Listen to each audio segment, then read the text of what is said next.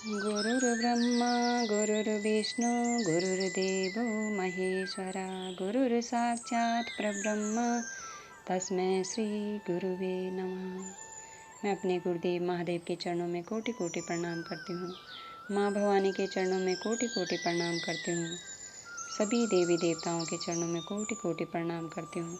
सभी गुरु भाई बहनों के चरणों में मेरा कोटि कोटि प्रणाम। आज हम सुनेंगे शिव पुराण के रुद्र संहिता द्वितीय खंड में से सती को शिव से वर की प्राप्ति तथा भगवान शिव का ब्रह्मा जी को दक्ष के पास भेजकर सती का वरण करना। इस प्रकार की चिंता में पड़े हुए प्रजापति दक्ष के सामने मैं सरस्वती के साथ सहसा उपस्थित हुआ।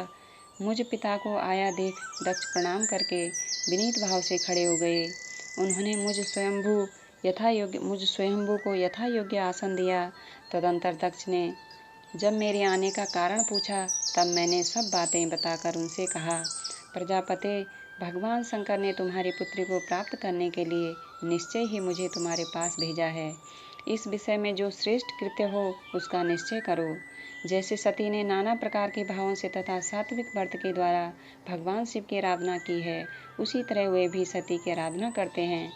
इसलिए दक्ष भगवान शिव के लिए ही संकल्पित एवं प्रकट हुई अपनी इस पुत्री को तुम अविलंब उनकी सेवा में सौंप दो।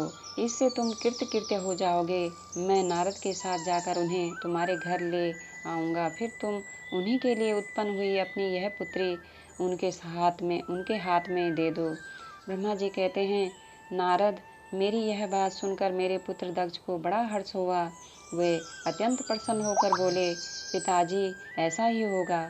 मुने, तब मैं अत्यंत हर्षित हो वहाँ से उस स्थान को लौटा जहाँ लोक कल्याण में तत्पर रहने वाले भगवान शिव बड़ी उत्सुकता से मेरी प्रतीक्षा कर रहे थे। नारद, मेरे लौट आने पर स्त्री और पुत्री सहित प्रजापति दक्ष भी पूर्ण काम हो गए। वे इतने संतुष्ट हुए मानो अमृत पीकर अघा गए हों। ब्रह्मा जी से दक्ष की अनुमति पाकर देवताओं और मुनियों सहित भगवान शिव का दक्ष के घर जाना, दक्ष द्वारा सबका सत्कार तथा सती और शिव का विवाह। ब्रह्मा जी कहते हैं, नारद, तदंतर मैं हिमालय के कैलाश शिखर पर रहने वाले परमेश्वर महादेव शिव को लाने के लिए प्रसन्नतापूर्वक उनके पास गया और उनसे इस प्रकार बोला, वृषभध्वज, सती के लिए मेरे पुत्र दक्ष ने जो बात कही है उसे सुनिए और जिस कार्य को वे अपने लिए असाध्य मानते थे उसे सिद्ध हुआ ही समझिए। दक्ष ने कहा है कि मैं अपनी पुत्री भगवान शिव के ही हाथ में दूंगा, क्योंकि उन्हीं के लिए यह उत्पन्न हुई है।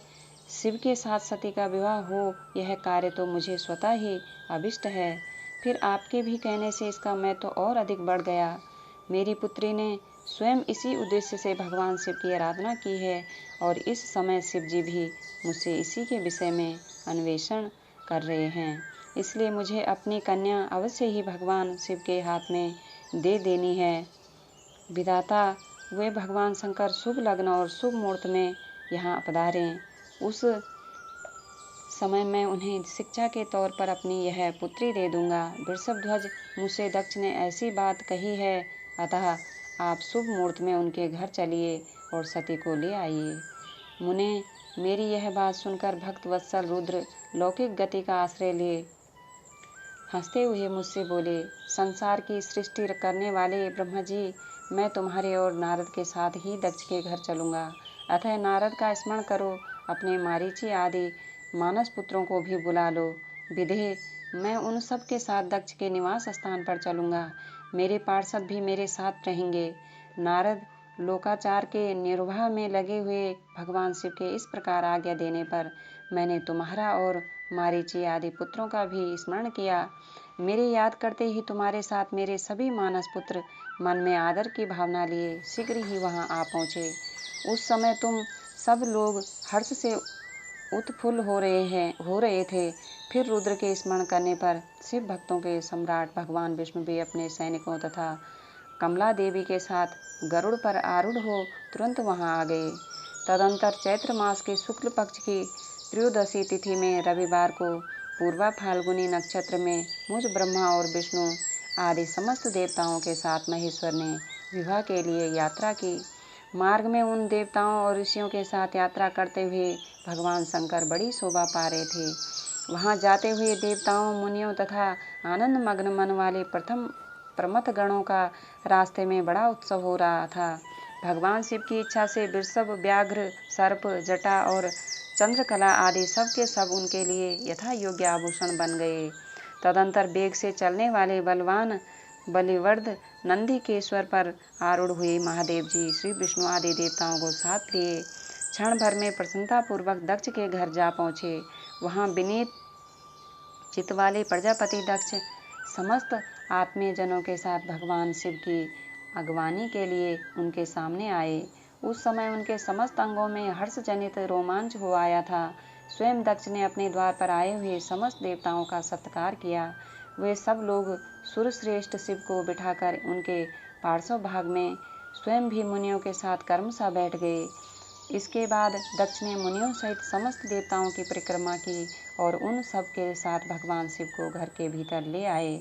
उस समय दक्ष के मन में बड़ी प्रसन्नता थी। उन्होंने सर्वेश्वर शिव को उत्तम आसन देकर स्वयं ही विधि पूर्वक उनका पूजन किया। तत्पश्चात श्री विष्णु का, मेरा, ब्राह्मणों का, देवताओं का और समस्त शिवगणों का भी यथोचित विधि से उत्तम भक्तिभाव के साथ पूजन किया। इस तरह पूजनीय पुरुषों तथा अन्य लोगों सहित उन सब का यथोचित आदर सत्कार करके दक्ष ने मेरे मानस पुत्र मारीची आदि मुनियों के साथ आवश्यक सलाह की। इसके बाद मेरे पुत्र दक्ष ने मुझे पिता से मेरे चरणों में प्रणाम करके प्रसन्नतापूर्वक कहा, प्रभु आप ही वैभाविक कार्य कराएं। तब मैं भी हर्ष भरे हृदय से बहुत अच्छा कहकर उठा और वह सारा कार्य करने लगा। तदनंतर ग्रहों के बल से युक्त शुभ लग्न और शुभ मुहूर्त में दक्ष ने हर्षपूर्वक अपनी पुत्री सती का हाथ भगवान शंकर के हाथ में दे दिया। उस समय हर्ष से भरे हुए भगवान वृषभध्वज ने भी वैभाविक विधि से सुंदरी दक्ष कन्या का पाणी ग्रहण किया। फिर मैंने, श्रीहरि ने, तुम तथा अन्य मुनियों ने, देवताओं ने और प्रमथ गणों ने भगवान शिव को प्रणाम किया और सबने नाना प्रकार की स्तुतियों द्वारा उन्हें संतुष्ट किया।